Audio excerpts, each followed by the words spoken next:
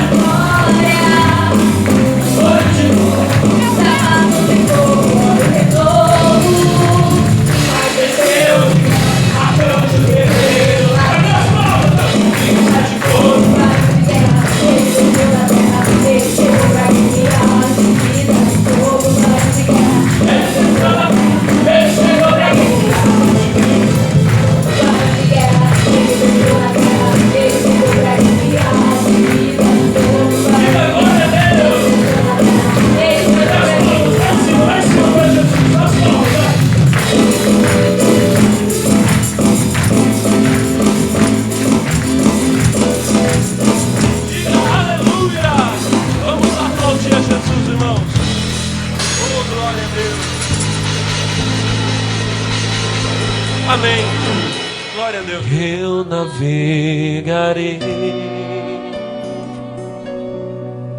no oceano do Espírito. Aleluia. E ali adorarei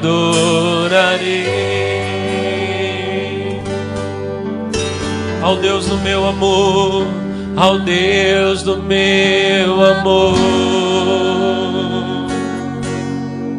Bendito seja o teu nome. Eu navegarei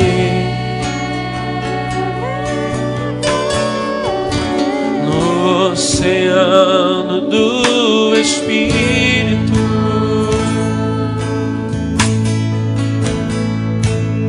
e ali adorarei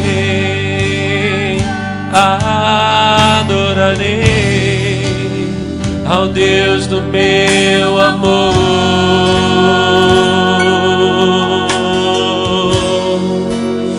Espírito, Espírito,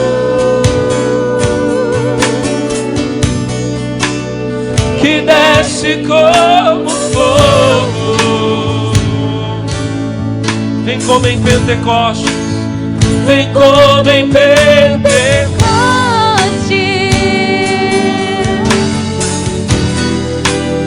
e encha-me de novo.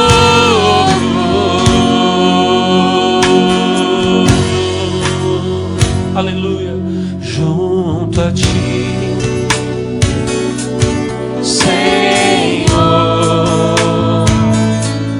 junto a ti, Senhor, junto a ti, em tua presença,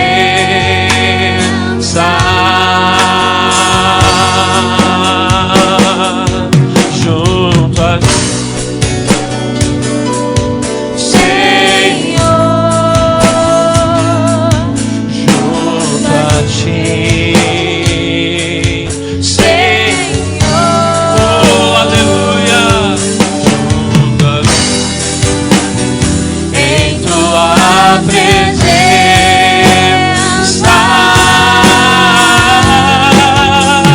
quero ser dado em tuas mãos, pra te exaltar, te adorar. Vem moldar o meu coração, todo meu. Louvado seja o nome de nosso Senhor Jesus Cristo. Os amigos de casa que vão receber essa mensagem, essa palavra, que Deus abençoe vocês em nome de Jesus. Nós estamos aqui na sede da Igreja Internacional da Graça de Deus do Vale do Paraíba, na cidade de Taubaté. Eu sou o pastor Alex de Lima, seu irmão em Cristo, sou servo do Senhor Jesus. E hoje nós estamos aqui na reunião dos filhos de Deus. Participe comigo. Eu tenho a certeza que nessa palavra Deus vai abençoar você em nome de Jesus. Glória a Deus. O pessoal daqui da igreja está na fé, né, meus irmãos? E nós estamos há algumas semanas falando de Lucas capítulo 10. Vamos lá, por favor? Lucas capítulo 10. Aquela palavra que nós conhecemos como a parábola do bom samaritano.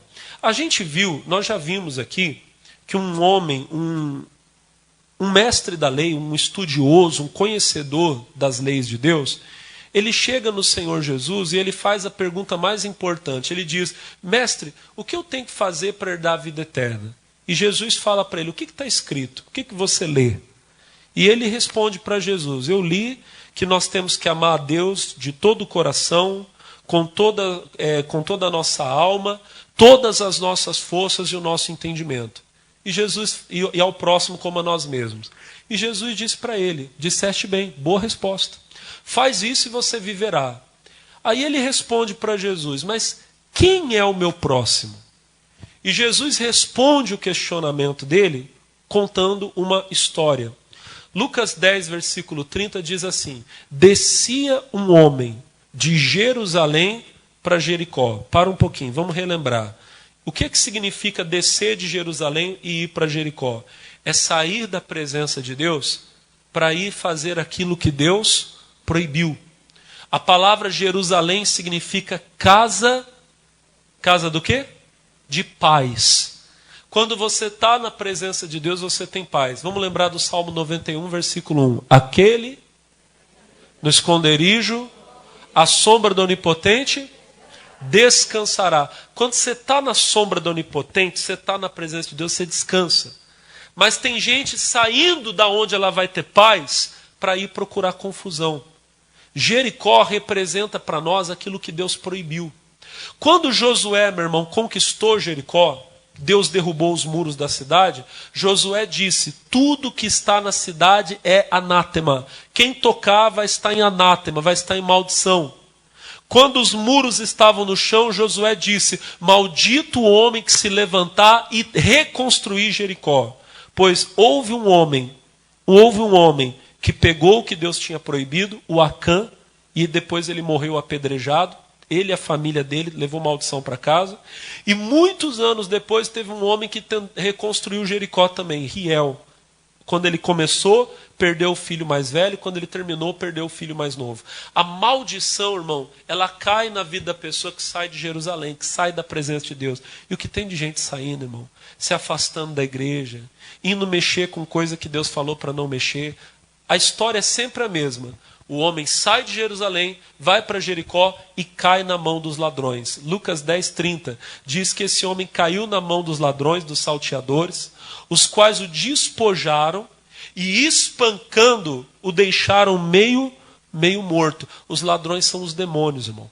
Por causa do pecado de Adão, os demônios começaram a agir nesse mundo. E eles estão espancando, envergonhando, machucando as pessoas. Aí você vê tanta gente doente, tanta gente arrebentada, deprimida, querendo morrer. Por quê? Porque a vida de Deus não está na pessoa. Aí primeiro vem aquele que não pode salvar. No versículo de número 31 diz que passava por aquele caminho um certo sacerdote, que vendo, passou de largo. Da mesma forma, pelo mesmo caminho, depois passou um levita, que fez a mesma coisa. Viu aquele homem e passou de largo. Mas então vem o samaritano, que a Bíblia diz que vendo aquele homem caído, se moveu de íntima compaixão. O que eu queria falar com você? Só lembrando que a gente já viu. Antes do samaritano, vem o sacerdote e vem o levita. O sacerdote e o levita representam a lei. A religião que não tem o poder de salvar. Eu expliquei aqui. A religião nos faz entender o pecado, conhecer o pecado, mas ela não nos purifica do pecado. A lei nos serviu de aio até que viesse Cristo. Amém? Até que nós tivéssemos condições de viver para Deus. Quem nos salva é o samaritano. O samaritano representa Jesus, irmão. Jesus é aquele que foi rejeitado pelo povo de Israel, como os samaritanos também foram. João capítulo 1, versículo 11 diz que Jesus veio para os seus não o receberam, mas todos aqueles quanto receberam, a estes deu o poder de serem feitos filhos de Deus, aos que creem no seu nome. Todo aquele, meu irmão, que recebe a Jesus, passa a ser feito filho de Deus. Recebe a salvação. Diga glória a Deus. A lei não podia salvar, mas Jesus nos salvou com o sangue dele. Diga amém. Aí a Bíblia fala que o samaritano se aproximou. Jesus está perto. Diga glória a Deus. O samaritano tocou nas feridas. Jesus está tocando, está curando você hoje. Diga amém. Ele colocou o azeite e colocou o vinho nas feridas. O azeite é um símbolo do poder do Espírito. Nós temos esse poder hoje, irmão.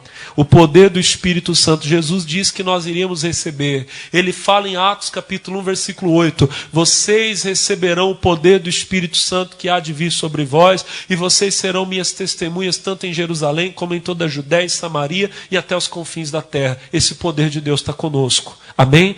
E ele toca também na ferida, além do azeite, do poder do Espírito Santo, ele toca com o vinho. O vinho representa o sangue de... A Bíblia diz que nós temos hoje, irmão, ousadia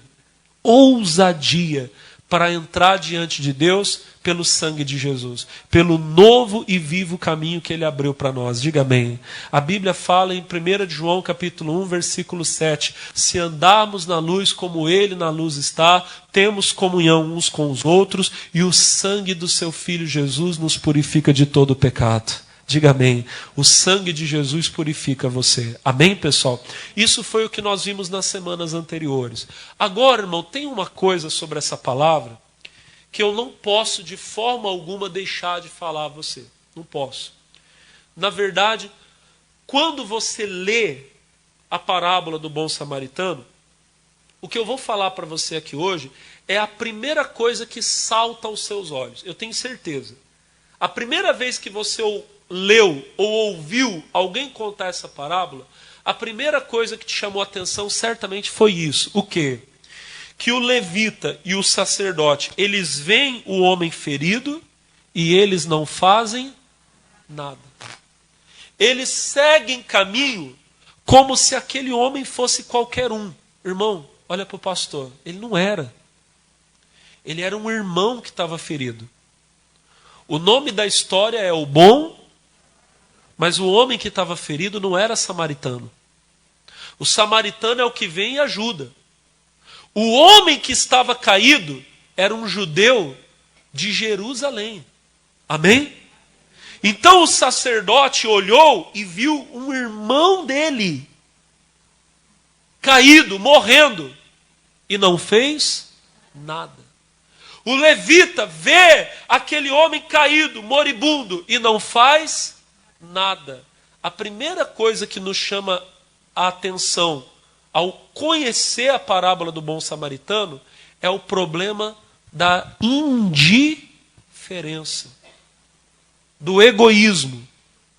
Quando você só olha para si e para os seus problemas, quando você ignora a dor do próximo. Não há, irmão, como você ter conhecido a Jesus verdadeiramente e você ser uma pessoa insensível, indiferente ao que o teu próximo passa. Amém? Não há como. Por quê? Porque a Bíblia diz que quando você conheceu Jesus, o Espírito Santo veio sobre você. Amém? E a Bíblia diz, irmão, que através do Espírito Santo nós recebemos o amor de Deus.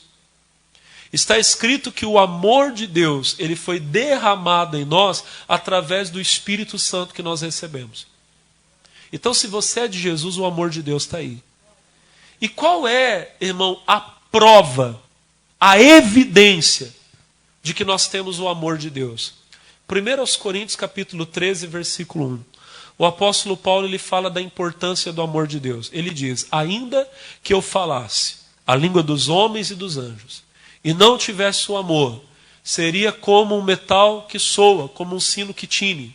Versículo de número 2. E ainda que eu tivesse o dom da profecia, conhecesse todos os mistérios e toda a ciência, e ainda que eu tivesse toda a fé de maneira tal que transportasse os montes, e não tivesse o amor, o que, igreja? Nada seria. Versículo 3, ele vai mais além. Ele diz, ainda que eu distribuísse toda a minha fortuna para o sustento dos pobres, e ainda que eu entregasse o meu corpo para ser queimado, e não tivesse o amor, nada disso me aproveitaria, me adiantaria. Resumindo, tudo sem amor é nada. E como eu sei que eu estou andando em amor? Versículo 4. As evidências, os sinais de que o amor de Deus está em você. Versículo 4. Primeira coisa que Paulo fala. O amor é sofredor. O que significa isso? Ai, pastor, eu entendo. É que quem ama sofre. Não é isso não. Olha para o pastor. Quem ama sente. Quem entendeu, diga amém. Quem ama não é insensível.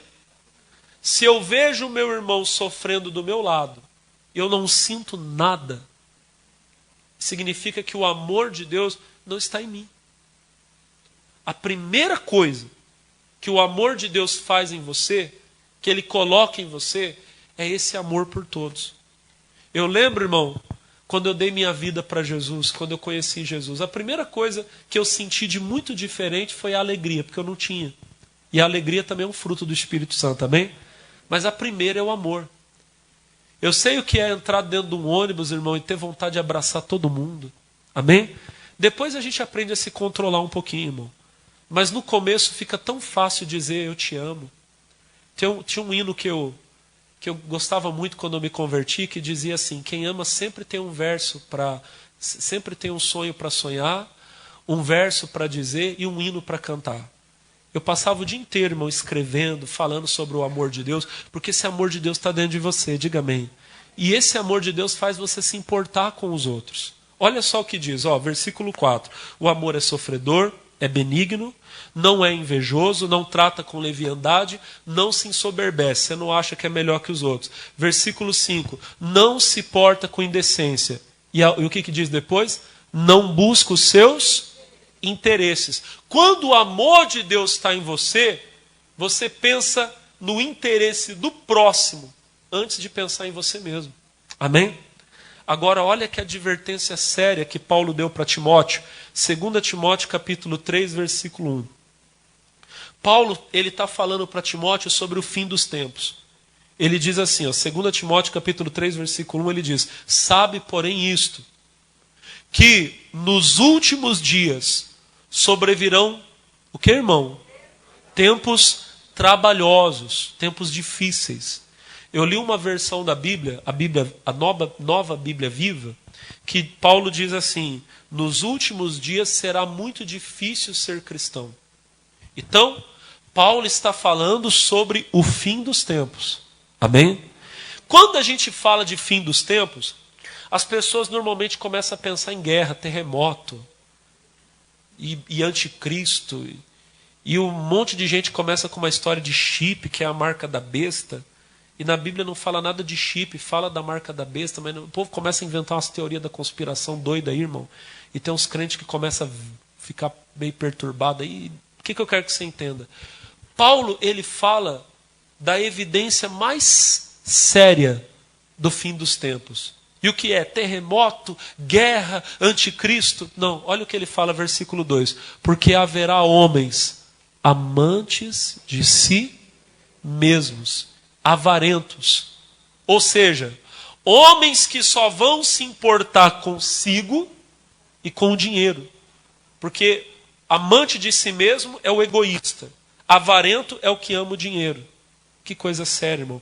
Que mais? Ele fala: presunçosos, soberbos, blasfemos, desobedientes a pais e mães, ingratos e profanos. Olha o versículo 3. Sem afeto natural. Irmão, é tão natural uma pessoa querer casar para cuidar de outra. Amém? Colocar filhos no mundo para amar. Isso é natural. Você percebeu que o povo hoje trata filho como se fosse problema? Você chega num jovem casal, e aí, as crianças? Deus me livre. Por quê? Qual que é o problema? Ter filho é a melhor coisa do mundo, irmão. Não estou dizendo para você sozinho povoar a terra, não. Mas ter filho é uma benção, irmão. Casar é uma benção. Ah, não, pastor, casar é ruim. Sabe por que é ruim? Porque você é egoísta. Desculpa falar, mas é verdade. Você não quer dividir, não quer ter que pedir perdão, não quer ter que dar satisfação. Aí você acha que é melhor ser um ser das cavernas que fica escondido lá o dia inteiro, sem ter que falar nada com ninguém. Ah, pastor, é melhor porque daí é só os meus problemas. Você está entendendo? Você só pensa em você. Isso aí, irmão, é sinal que a sementinha do bicho já está no seu coração. Você tem que orar a Deus e falar: Deus, está amarrado, arranque isso de mim. Diga amém. A maior prova de que eu amo a Deus é que eu amo o próximo. Então eu tenho esse afeto natural. É natural o filho amar o pai. É natural o pai amar o filho. E a gente está vendo o pai jogar filho na lata do lixo. A gente está vendo o pai abandonar o... Meu Deus, irmão. Esses dias atrás uma pessoa contou para mim... Não, nem vou contar isso para vocês, não. Depois isso aí vai, coisa feia, misericórdia. Mas, irmão, isso é mais sério do que você possa imaginar.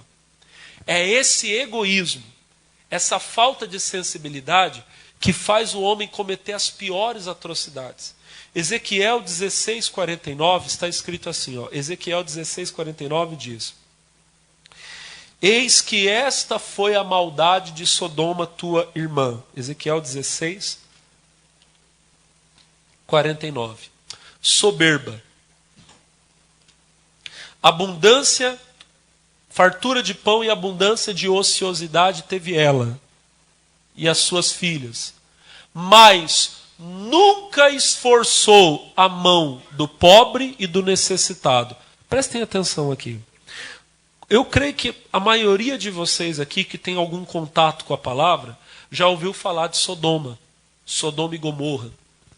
A gente usa Sodoma e Gomorra como referência de pecado, porque infelizmente o foram.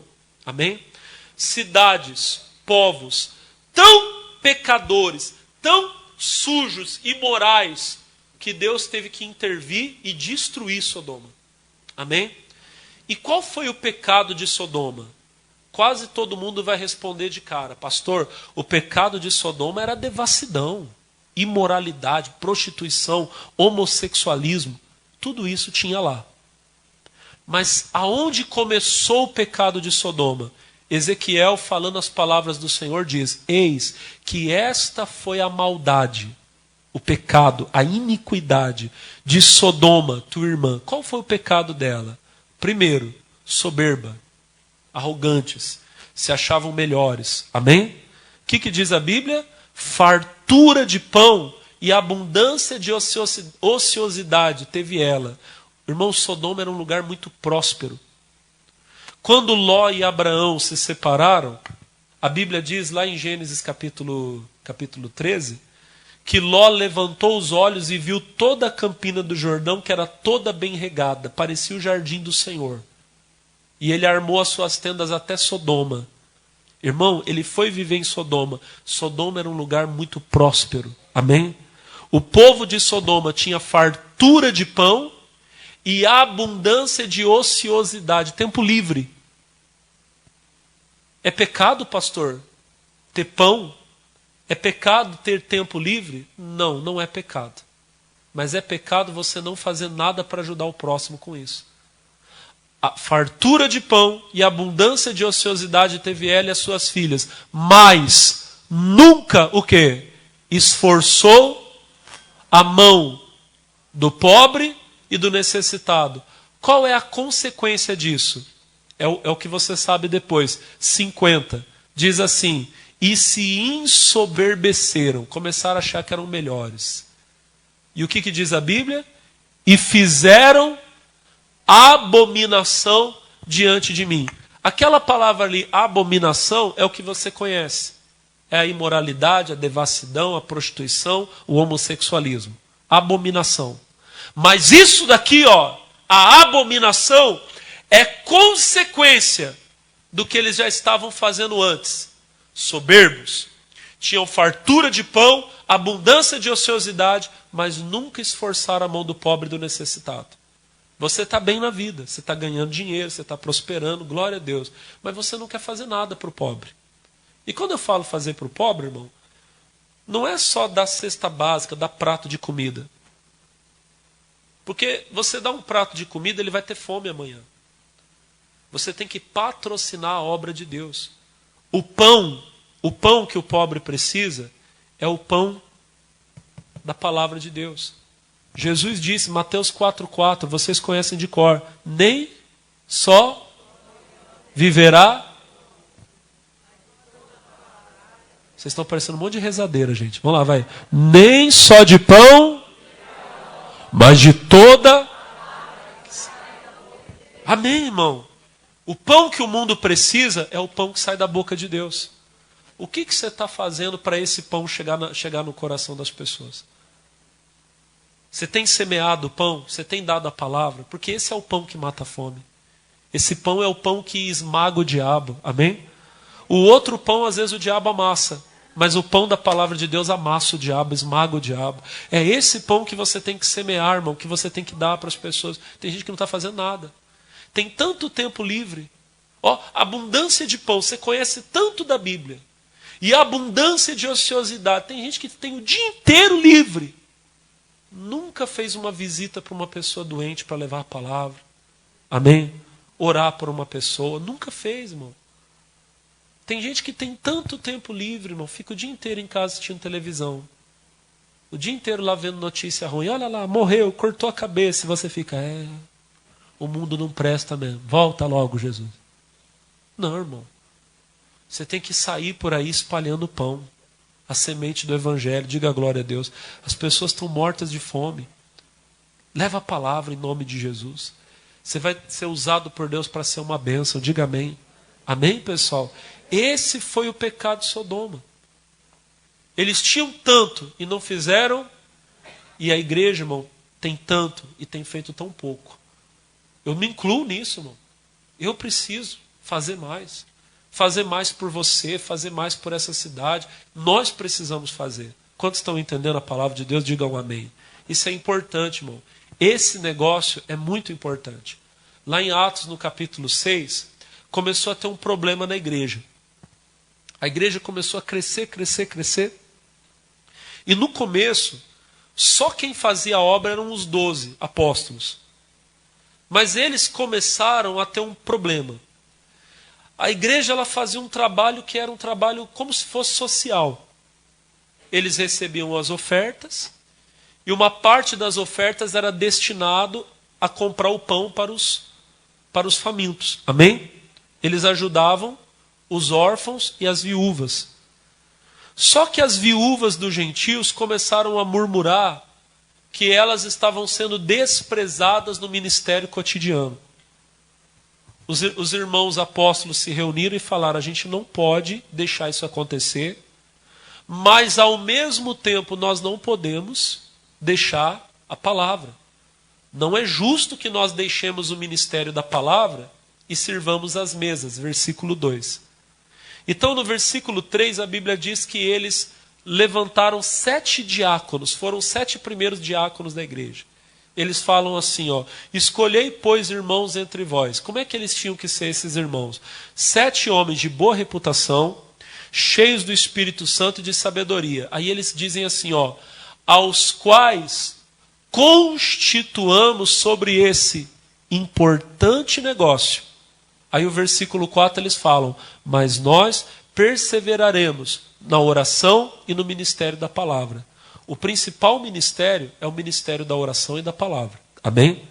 Mas no versículo 3, no finalzinho, o que os apóstolos falam?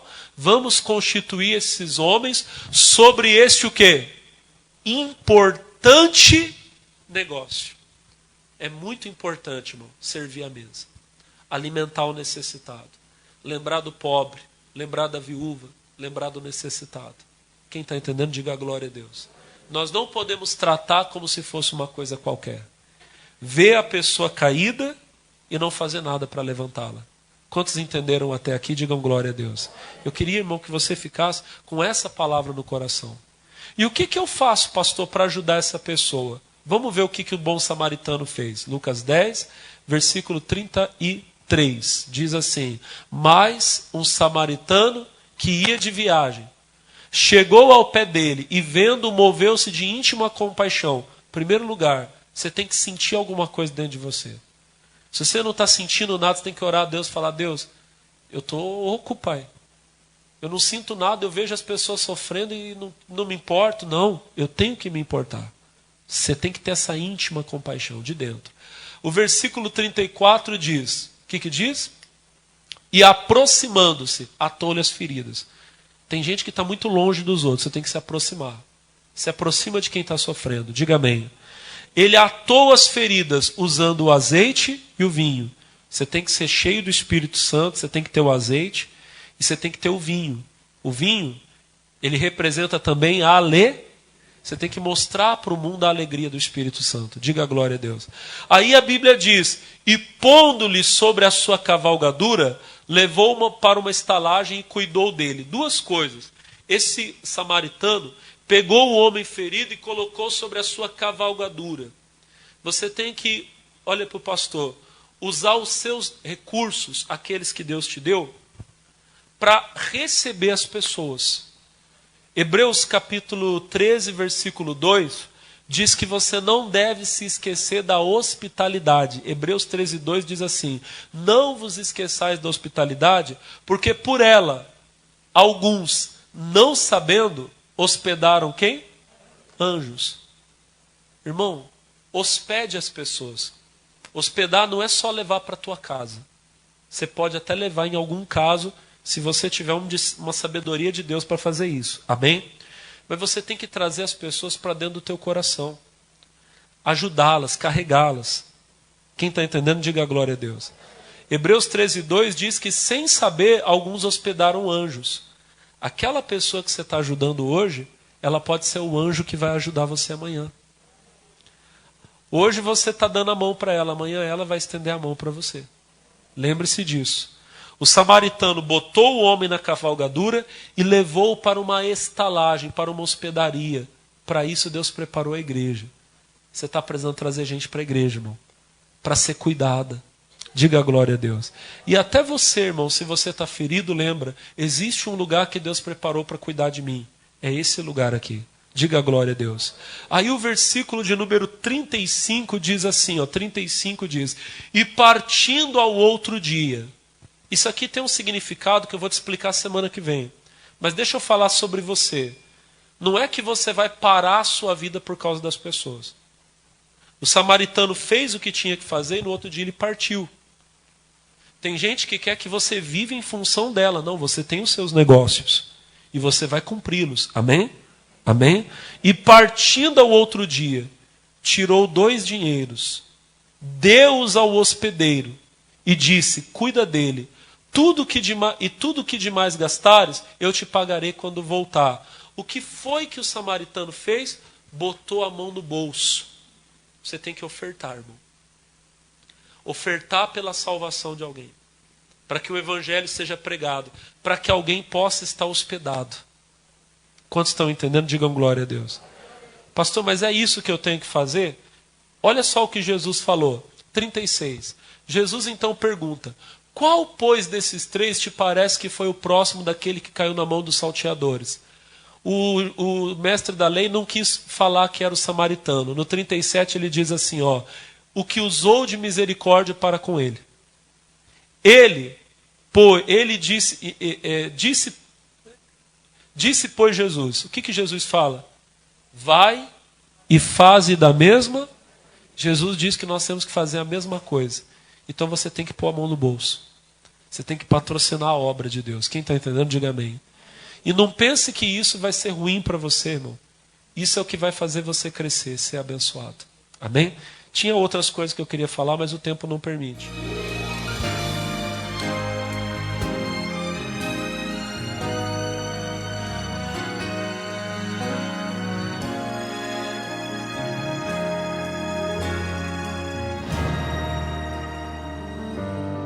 Entre os anos de 2010 e 2011, Fernando catava papelão e latinhas na rua para ajudar na renda familiar. Na mesma época, ele conhece Ana Paula. Depois de um ano que a gente estava namorando, ela já ia na Igreja da Graça.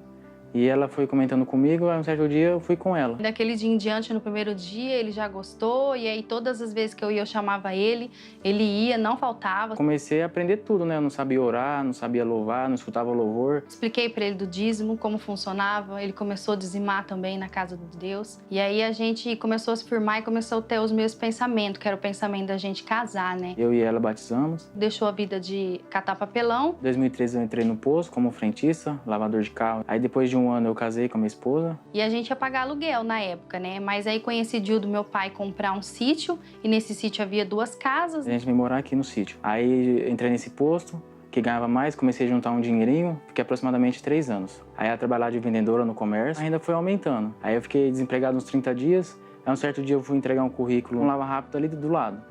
Aí fui lá conversar com o rapaz, ele falou que não estava precisando também, mas que ele estava vendendo ponto. Aí eu saí de lá, comentei com a minha esposa. Na hora, acaba batendo uma certa preocupação, porque a gente mora no interior, não tem muita oportunidade de emprego aqui. Aí teve um certo dia que a gente sentou, percebeu que podia ser uma oportunidade boa.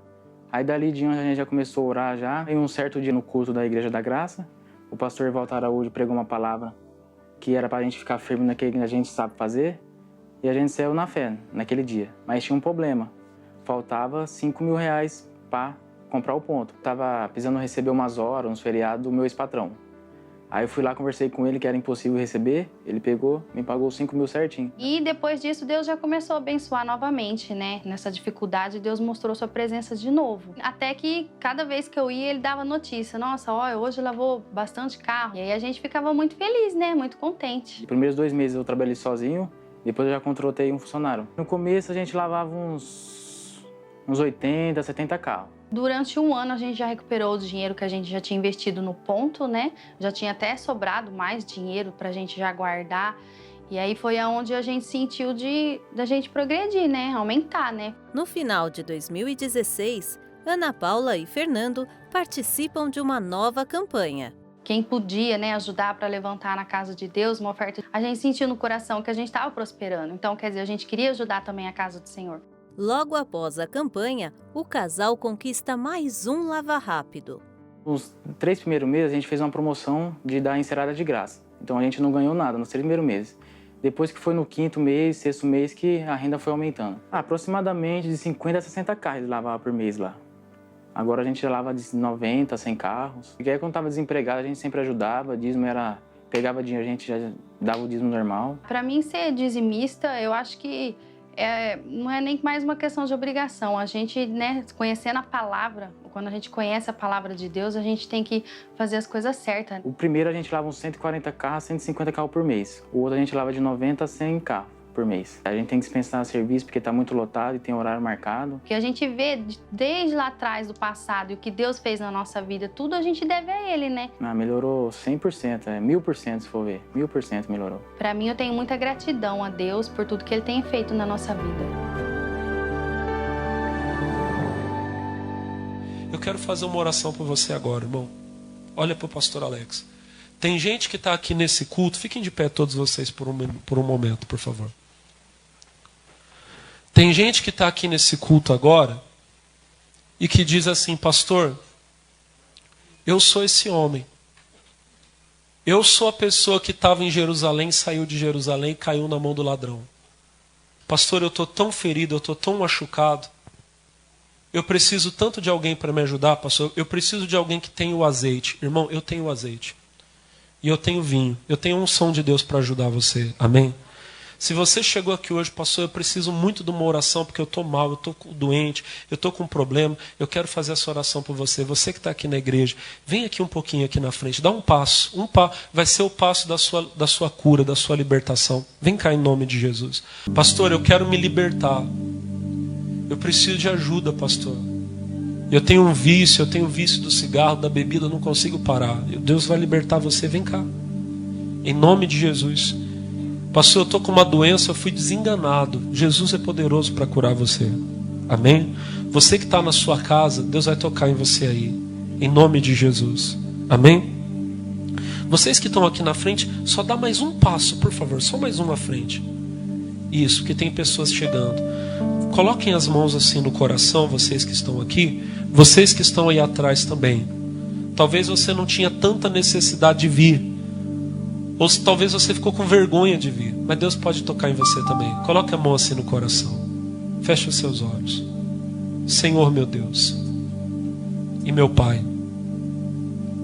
meu Deus Todo-Poderoso, em primeiro lugar eu quero orar porque há pessoas, Senhor, aqui nessa manhã que caíram na mão do ladrão porque saíram de Jerusalém, saíram da Tua palavra, Pai, desobedeceram ao Senhor.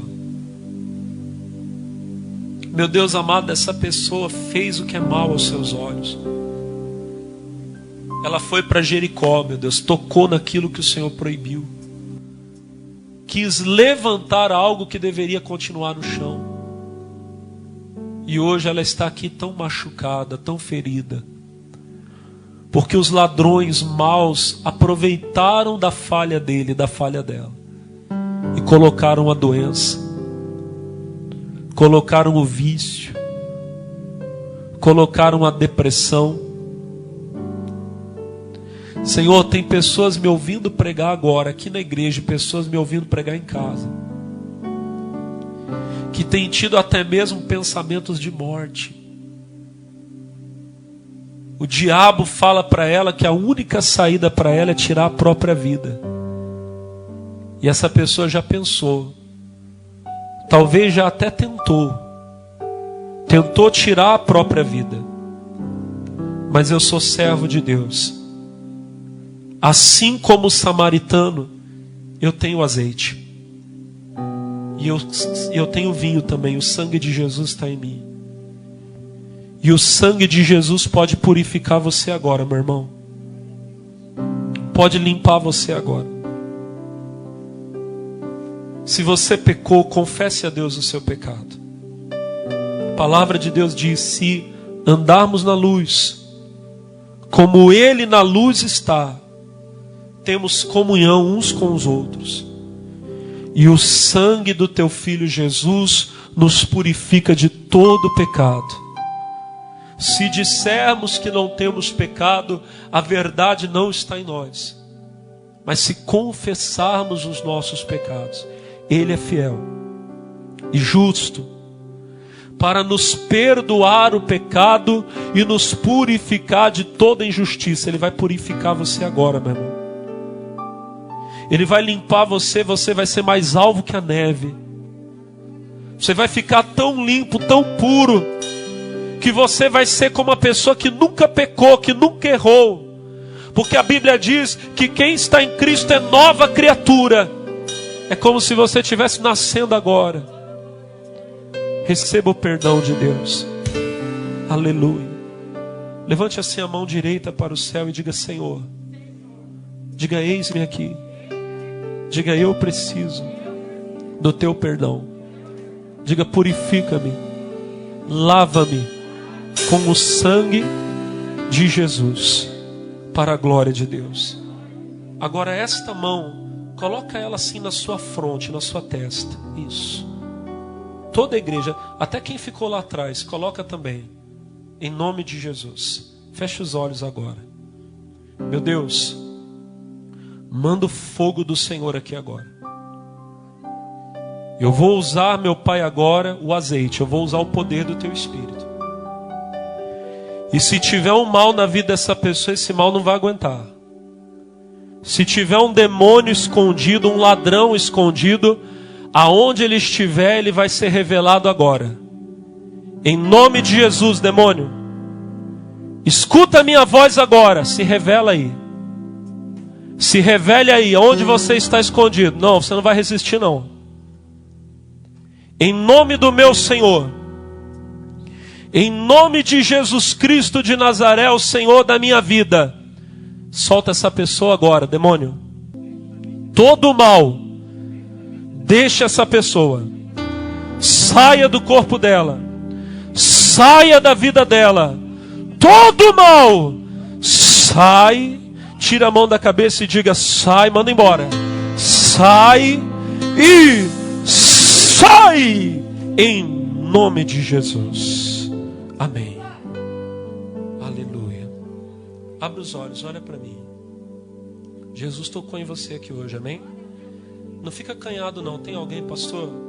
Eu ainda estou sentindo uma sensação meio ruim aqui no meu corpo. Irmão, não tenha vergonha. Aí atrás se tiver, eu quero que você saia daqui bem. Tem alguém? Pastor, ainda estou sentindo aqui. Não tenha vergonha. Eu quero abençoar você em nome de Jesus. Amém? Vem. Mas está sentindo alguma coisa ruim agora? Foi curado agora? Glória a Deus. Mas eu quero ver aqui se tem alguém que está ruim, que eu quero abençoar você. Tem alguém em nome de Jesus? Está todo mundo bem, pessoal? Amém? Tem certeza? Então levante as mãos agora. Receba a bênção de Deus. Receba o poder do Espírito Santo. Aleluia. O óleo da unção é derramado sobre a sua cabeça agora. O poder do Espírito Santo é derramado sobre a tua vida. Aleluia. Pode dar glória a Deus. Pode dar glória a Deus, irmão. Dá glória a Deus, irmão.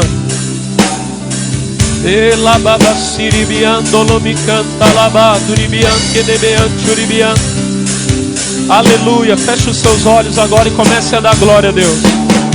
O óleo da unção é derramado sobre a sua vida. O poder do Espírito Santo é derramado sobre você agora. E agora todo mundo lá atrás, aqui na frente, todo mundo, levante as mãos e vai dando glória a Deus.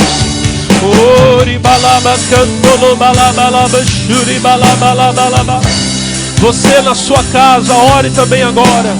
O Senhor está tocando em você em nome de Jesus. Você está recebendo a bênção de Deus agora.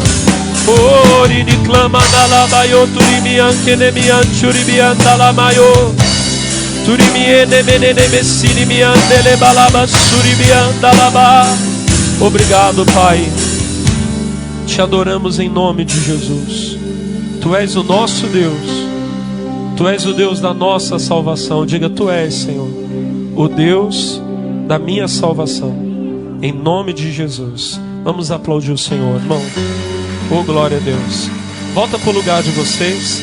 Jesus está te dando vitória aqui hoje, amém? Diga, eu saio daqui abençoado, aleluia.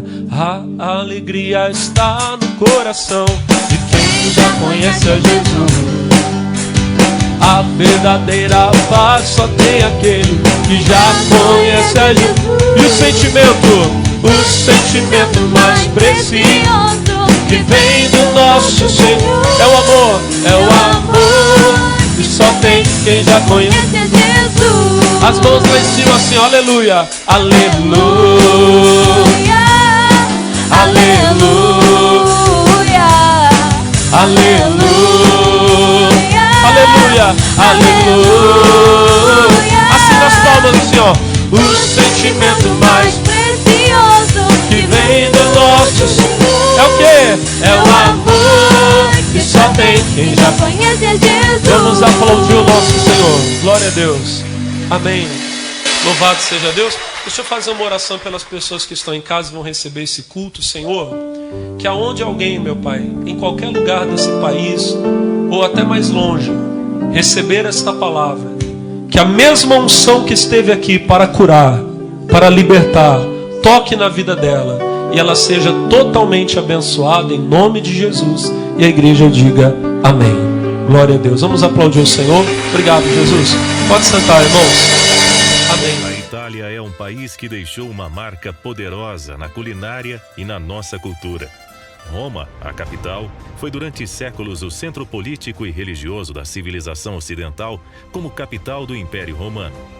Um povo lindo, acolhedor e que está tendo a oportunidade de conhecer e ter intimidade com o verdadeiro Deus. Quero cumprimentar a todos. Me chamo Donatella. Sou mãe de um rapaz de 18 anos, o Manuel. Vou explicar para vocês brevemente tudo o que se passou. Uma noite tivemos uma horrível discussão em casa, porque meu filho se comporta de uma maneira que não agrada. Após uma grande discussão, foi embora de casa. Às 10 da noite, hora que é proibido sair por causa da situação que estamos vivendo, por causa da pandemia, ele se foi. E o meu mundo desabou. Eu tentava falar com ele várias vezes por telefone, sem resultado. Depois de muita insistência, ele só me dizia: me deixe em paz, me deixe em paz. Aí, não é mais minha casa. Não me sinto mais amado. Não volto mais. Vou viver com meu pai. Estava tão aflita que não consegui dormir naquela noite. Só chorava. Foi quando contactei a igreja na Itália para pedir oração para que meu filho voltasse para casa e terminasse aquela horrível situação. Recebi então uma mensagem da pastora que dizia: estou orando por seu filho. E aquilo foi como um bálsamo para mim, aquelas palavras dela, pelo que eu lhe sou imensamente grata. Na noite seguinte, recebi uma ligação do pai de meu filho que me dizia: amanhã ele volta para casa. Me surpreendeu aquela sua atitude, porque conhecendo-o bem, aquelas não seriam absolutamente as palavras que ele diria naquele momento. Mas graças a Deus, meu filho voltou para casa e tudo voltou ao normal. E finalmente pude abraçá-lo. Pelo que eu quero agradecer de todo o coração, verdadeiramente, a toda a equipe da Igreja da Itália e a Deus, porque meu filho voltou para casa. O céu celebra quando um pecador se arrepende. E nós só queremos mostrar ao mundo o caminho da vida eterna. O meu pai, ele se tornou patrocinador, né, porque ele sentiu no coração de patrocinar o meu irmão. Ele não era convertido e ele andava com amizades erradas, e ele colocou o nome dele, né, com esse propósito de ajudar a obra do Senhor a crescer, mas também com o propósito de colocar ele para que ele se converta ao Senhor. E Deus fez um milagre, né? Algum tempo depois, Deus tocou no coração dele e ele começou a ir na igreja, e hoje ele é um homem de Deus. Então a gente louva muito a Deus porque o milagre aconteceu através de uma atitude de fé do meu pai. Quando descobrimos quão poderosa é a palavra de Deus, queremos que todos recebam também esta graça. Louvado seja Deus. Olha, meu amigo, minha amiga, meu irmão, que acabou de receber essa palavra, esse culto abençoado, eu quero convidar você a estar comigo aqui na Igreja da Graça de Deus de Taubaté. Nós estamos na Avenida Granadeiro Guimarães, 416. Avenida Granadeiro Guimarães, 416. Todos os dias de portas abertas para receber você, tá bom? De segunda a sexta-feira as reuniões acontecem 8 da manhã, 10 da manhã, meio-dia, 3 da tarde, 5 da tarde e também às 7h30 da noite. Sábado nós temos 2 reuniões voltadas para a juventude, às 4h30 da tarde e às 7h30 da noite. E domingo é o dia dos filhos de Deus. Domingo às 6 da manhã, 8 da manhã e 10h30. 3 da tarde e também às 18 horas, tá bom? Avenida Granadeiro Guimarães, 416, no centro de Taubaté, pertinho da Rodoviária Velha e ao lado do Hospital Escola. Eu espero você. Um abraço. Agora é festa, todos os dias eu vou celebrar esse amor.